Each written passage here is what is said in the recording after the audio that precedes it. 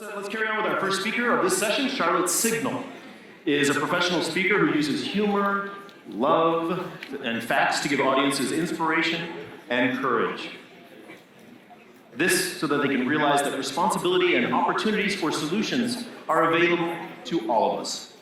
She's a trainer, a lecturer, a motivational speaker on human rights, diversity, and discrimination. Let's give a warm welcome to Charlotte Signahl.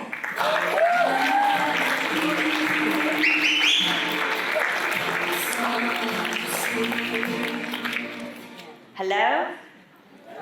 Hello. I'm really out of my comfort zone, I have to say that. This is not the subject I'm used to talk about, and it's not my language. I'm used to the audience, though.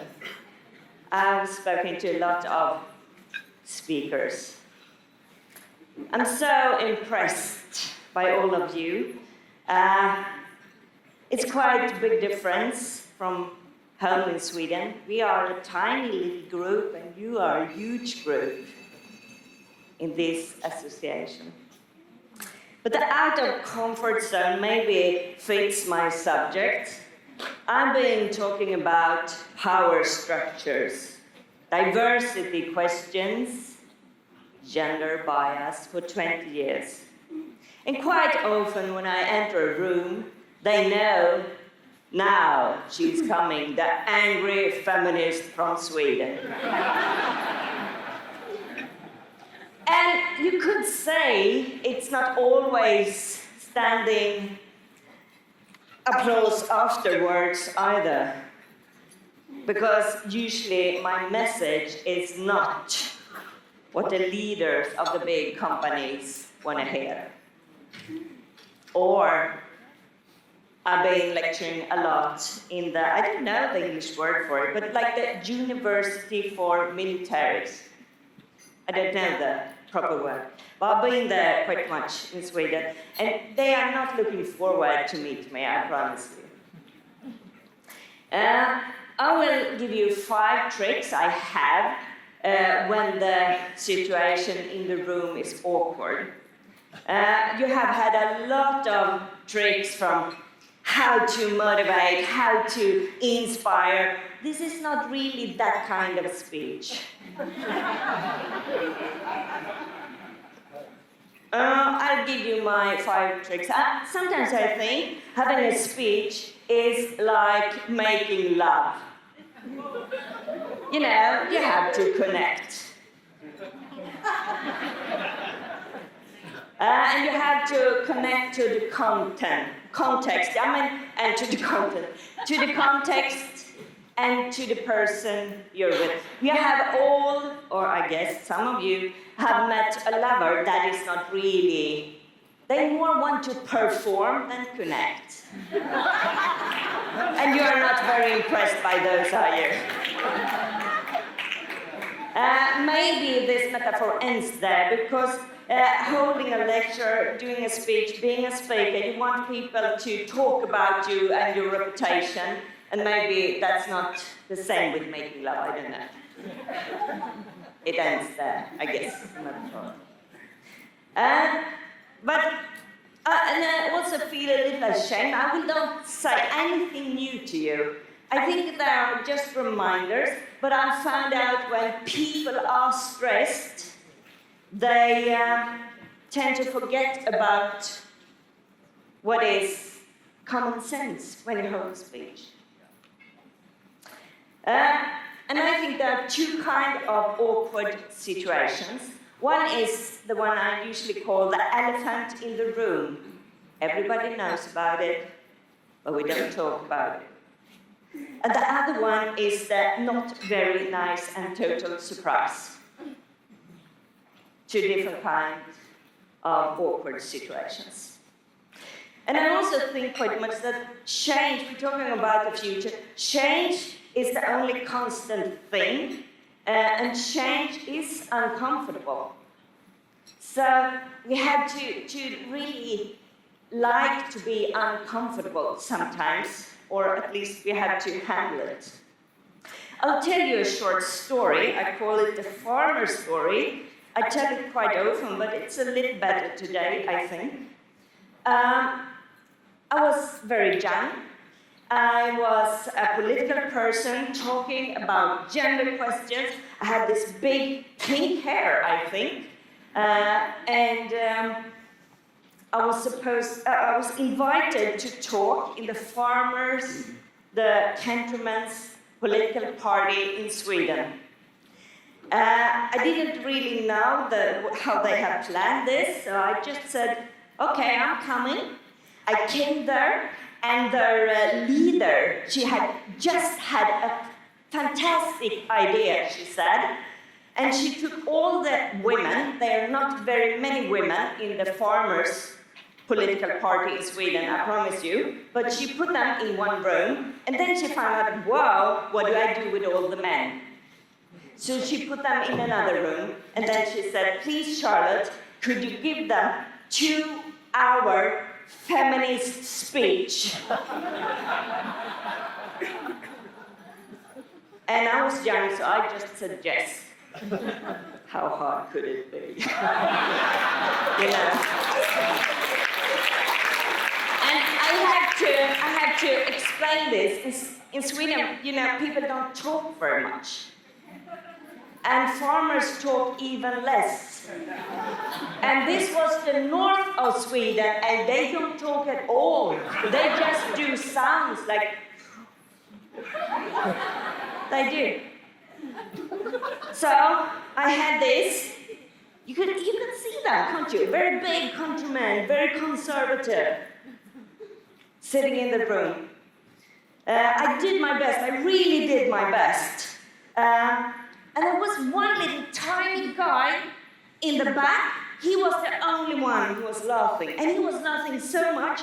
And I didn't have my glasses on, so I couldn't really see. But he was a little tiny one, and he was obviously not a farmer, no. That was the first time I met Fredrik Herrera.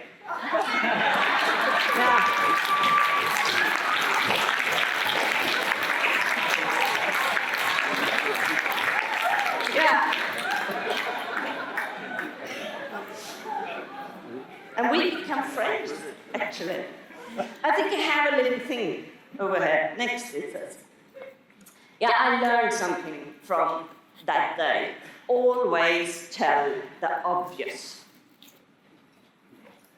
If you're having an awkward situation, always tell the obvious. When I do other kinds of speeches, I run up the stage and I'm funny, you know? But when I had to do these awkward situations, I had to address that to the audience. You don't want to be here, do you? Not me either. Both of us want to be in that room with your political leader. And it's also obvious to everybody in the room, but you have to wrap it in a little, that it's hard to have a high-level political position as a young woman in a farmer party in the north. So the leader wanted to, empower them. She gave them all her secret tools, how to get the best positions, and all the men were stuck in a room with me, and they hated it. So if I'd been on, I would have said that to them. I know this is not fun, but I didn't. So always tell the obvious. That's my trick, what do you say? Number one. Trick number two, it's nothing new, it's really a classic. But it's very easy to forget when you are in a situation where you are supposed to talk about something that probably stressed even you. Do as you always should. Present what you are going to say it, and clarify what you have said, even in those situations. And this may sound a little strange, maybe. Don't be too happy. Don't misunderstand this. I'm a happy person. I'm a positive person. I've gone through all Tony Robbins courses you can imagine. I've done that. I know it. But you have to adapt to the context. And I'll tell you another little story. Quite often I facilitate big conferences. And this was, I can't tell this one really in Sweden because people get it. But there was an organization, a well-known organization in Sweden, and we had prepared for quite a long time this big conference. I was off a week before doing another project, I don't know, and the very morning we were supposed to have this conference, I came into the room, I met the lady who was the leader of this organization, and I could feel immediately something awkward had happened to this organization. And you know it. You know the feeling. People were, freeze. And I asked her, do we have to change anything? It feels like something happened. And she said, no, we go as the schedule says. And I will hold my speech with a little twist. I said, okay, fine. She ran up the stage, she said hello to everybody, and she was supposed to talk about the situation. And by the way, we do not really have that much money from the government that we thought. So, by the way, half of you will get fired. But being fired is an opportunity. Everything is an opportunity. They didn't feel like that. She had been to a little too many positive thinking workshops, I think. And I was quite shocked. And that was one thing. Then she continued. And there is also something more we have to talk about. She was the boss, but the very loved leader of this organization was her best friend, her wife's something, I don't know. And the thing was, he had died that night. And she said, having a new leader is an opportunity. I guess you can think that it was quite awkward to stand there, listen to her a little too positive ideas. So my tip is be grounded. Go into the context. If it's sad, it is sad. If it is horrible, it's horrible. If it's frightening, it's frightening. And that's okay. Be grounded. Sometimes it's better to meditate than propagate. I think you shouldn't repeat and repeat and repeat. Sometimes you should meditate before you go on stage. Okay? Don't be too happy.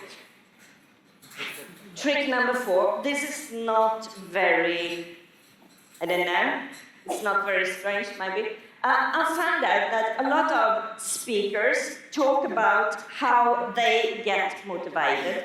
It's not always what research, what science says. They have their own idea of what motivation is. And I think the future is a speaker listen to research. Otherwise, you will make a fool of yourself quite quickly. And what does the research say about motivation? That's interesting.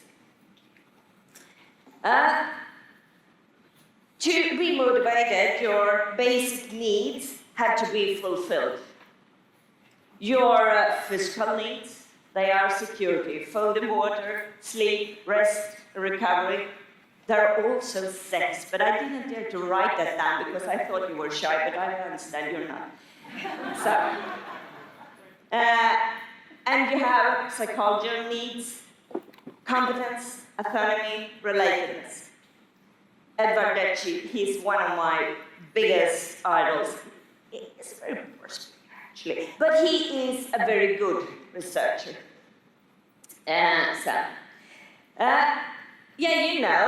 If you have an audience that feel unsafe, I mean, if the fire alarms go, they go, hopefully. You look for security first. You have to make people feel secure in the room. And audience that have not been, haven't eaten, haven't drinking water, haven't drinking coffee, they don't listen to you. And sleep.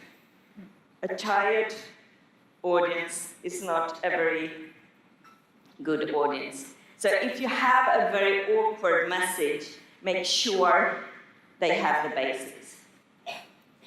And the other needs, competence, autonomy, relatedness. Talking about competence, that is not just having read a lot, going to university. It's a little of a feeling also, the feeling of being competent. I'm working quite much with computer gaming, and we always use that. We call it stickiness. You fail twice, and then you make it, and you fail twice, and then you make it. Then people stay in the computer gaming for a long while. And that's what we like as human beings. We want to get better and better, but it shouldn't be too complicated or too easy that we fall asleep. Competence is important. Autonomy, we need to have we want to make our own decisions. That's a very easy thing as a leader, to control people into death, and they will not be motivated. And relatedness, we have been talking about relations in very many different ways, but you have really to relate to the subject, and you have to relate to the one who is standing on the stage. Now, I want you to look at these 3 words, and I want you to think about the farmers, and I want you to talk to somebody next to you. Try a new person. I see you. A lot of you talk to the same. I don't talk to anyone. I'm a little too shy. Fredrik had told me very many times. But anyway, talk to someone. What have you done? What should you have done with the farmers, with the countrymen, to make them feel motivated to take this political party from an old-fashioned party to a new, cool, gender equality political party? These men, everybody knows, the elephant in the room is, they are not very competent. They had their positions because their fathers had the position before. Everybody knows that. Nobody talks about it. You get it? Have you ever met someone who have a position because you know what I mean? It's awkward. We don't talk about it, but we know. So, talk with the person next to you. What should you have done to make these men who already hate you to adopt to the idea that you have to transform this political party to win the next election? I give you 2 minutes. Hi.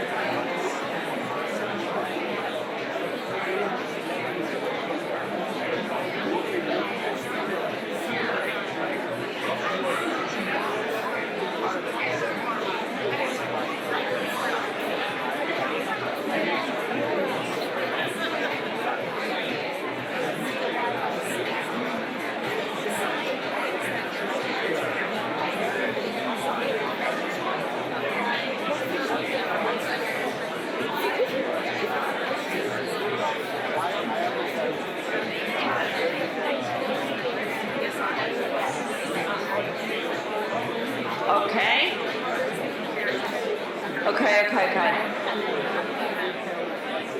It's sometimes quite hard.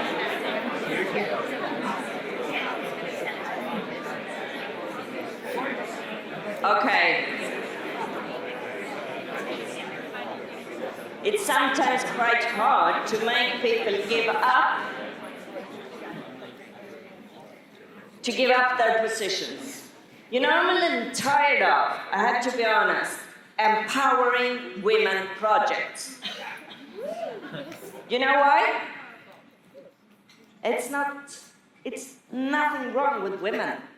It's men who have to give a little more space. It's men who have to step back, to give back some of the air time. You know something? If we in a room have 70% of the time and 30% of the time, then men and women find that as 50-50, but it's not. If we have 50-50 on stage, on time, you know, timing, if you're timing people, they say, wow, it's dominated by women. No, I'm sorry, you are just not used to it. And you know, sometimes you find these sweet, old-fashioned men, they could have any age, they could also be women, and they say, but shouldn't we go on competence instead? I love these men, but they are sweet and they are so dying out. We don't have to worry about them. They are very old-fashioned.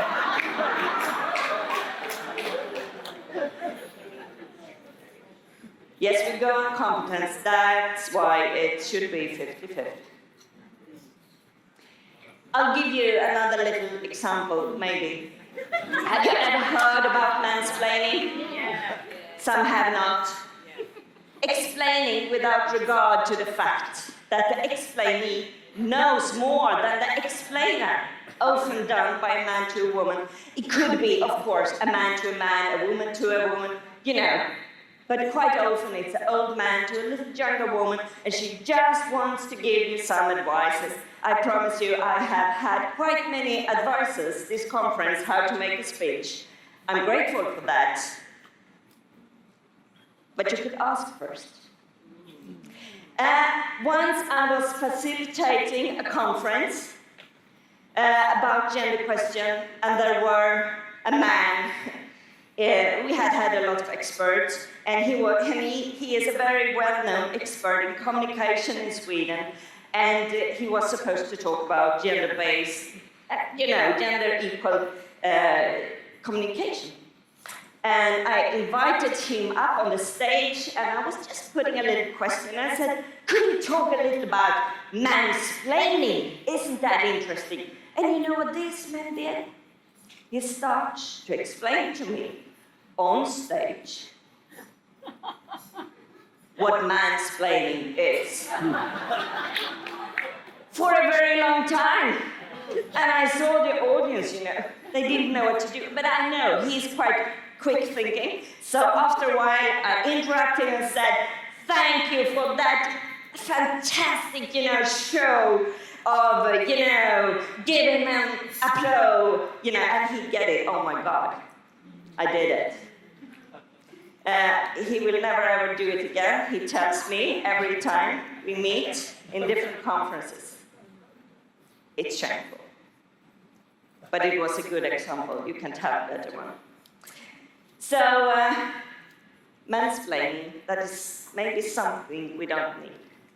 My trick number 5, the end, don't be too happy again.